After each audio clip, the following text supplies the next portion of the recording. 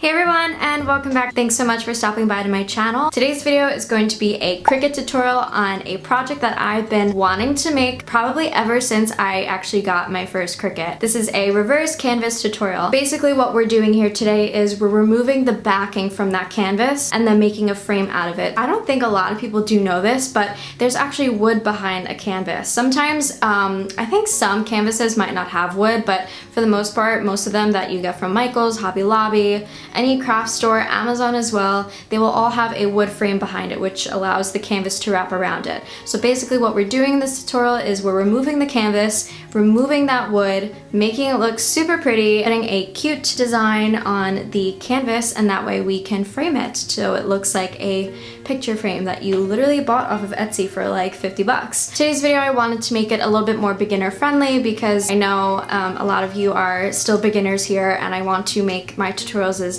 easy and simple as possible for you guys to understand. Now if you're unfamiliar with the Cricut, or if you're not sure what I'm talking about in general, you might want to check out this video right here, which is what is a Cricut. It details everything about what the Cricut is and what it does and what awesome crafts you can make with it. So if you want to go check that out and then get wrapped up and then come right back here, I cannot wait to get into this tutorial. But before I do, if you do like this video and you want to see more of my videos and more Cricut tutorials, please give this video a thumbs up and click my subscribe button and bell button so you get notified each time I post a video. Now I got the intro completed, let's get into the video. As always, we are going to open up Cricut Design Space, and as you can see, I made a quick example of the design. So what we're going to do is we're going to click the text button, and then we are going to type out the words, "Hey there." Nope, just kidding. We're gonna type in the words pumpkin because it's in this really cute font that I downloaded I think a few years ago. I think it's Soak Up the Sun. It came with a package of different fonts that I did buy. So right here I'm just minimizing the letter spacing, and then I ungrouped it so I can move each letter individually and just make them connect.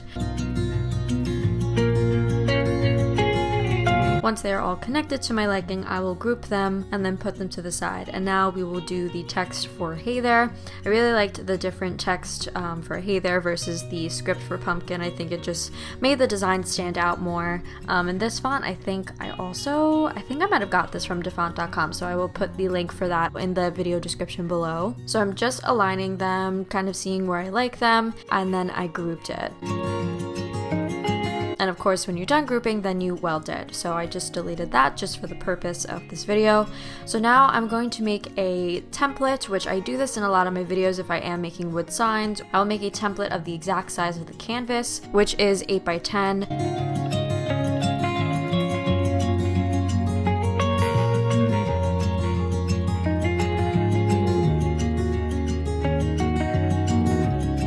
This is one of the most important parts because you don't want to make it too big like this, how I have it right here. You want to make sure that it is much smaller than this because you need to account for the wood frame around it. Now, if I made this, the letters probably would be just touching the wood, if not probably overlapping, and we do not want that. So I just made this a little bit smaller, and I put it in the middle and centered it vertically and horizontally to make sure it looked good. So since we are dealing with HTV vinyl, we are going to mirror our design.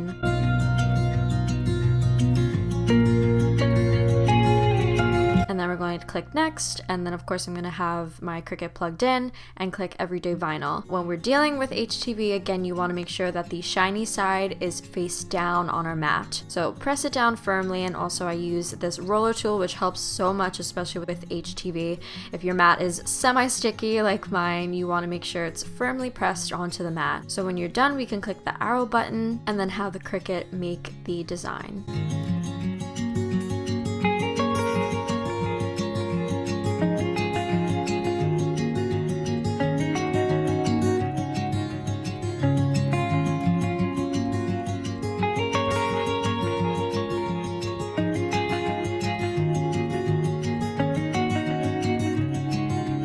Alright, so now it's done. We're going to click the arrow button again and then remove the vinyl carefully.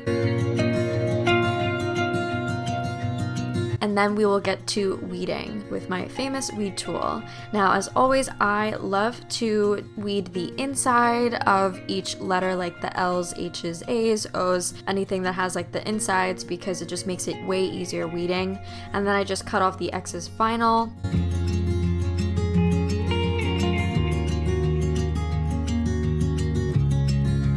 And now we can remove the background finally. And this is my favorite part because it is just so pleasing. And I sped it up for you guys because it was taking way too long. So here it is, and it looks so cute. So now we can take our canvas, and this, again, I mentioned that it is from Michaels. You could see that the wood is underneath the canvas, as you can see the shadow. Take an X-Acto knife or a box cutter, which I don't have an X-Acto knife, and you want to carefully cut the outside. So you want to be outside of the staples, not the inside, because you want to be able to remove that.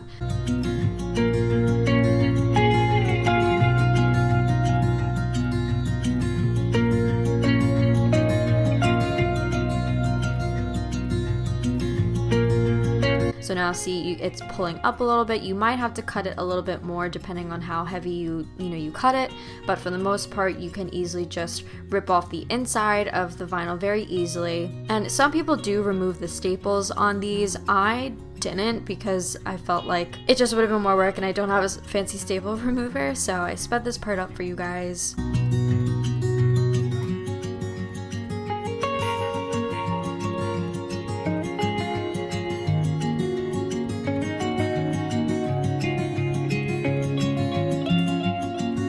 Now once that's all cleaned, now we can take the canvas and remove that slowly.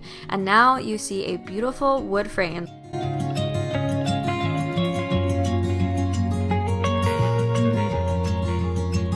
We are going to stain. I always use Minwax, and I don't get the gel stain. I use the gel stain for my cornhole boards, and this is in the shade Dark Walnut, and I just love this color. It is the perfect dark wood color, but you know, this Minwax has so many different colors, which again I will link below, because I get these from Amazon in bulk a lot because I do like to stain a lot of my projects.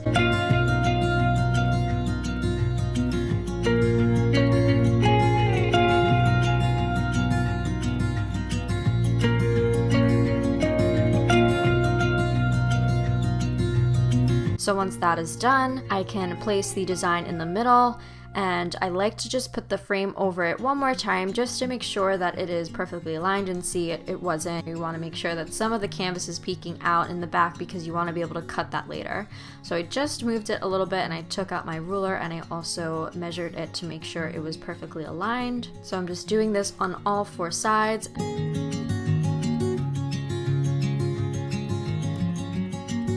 I remove the frame, and we are going to heat up our Easy Press. Now I did it on the same settings as I did for my Caesar Easy Weed, which is exactly what I'm using today, Caesar Easy Weed. I did it for 305 degrees for 20 seconds instead of 15, just because I wanted the extra pressure, and it ended up being the perfect temperature and the perfect time, because immediately you can see once I removed my transfer sheet, it was amazing. Nothing was lifting. It looked great.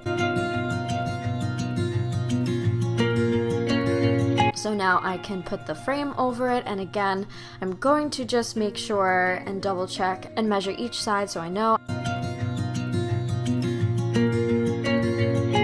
You want to carefully flip this over. Now it's a little bit hard to do at first. You might want to pin it or maybe tape it somehow, but I managed to do it and not mess it up. My mistake for this was I could not find the flat push pins anywhere. I went to 2 Targets that day. I couldn't get them on Amazon in time. Like, it just, nothing was working out. All I had were my wood push pins, which, you know, had a little indent. So my suggestion is to get the flat push pins, which I will link below, because it is just so much easier, and that way you can actually hang up your sign versus when you have these wood push pins that are sticking out. And then you can see here that I'm just cutting the excess off, and you want to cut it face side up, because if you do it from the back, you won't know where to cut exactly, and you might end up cutting too much.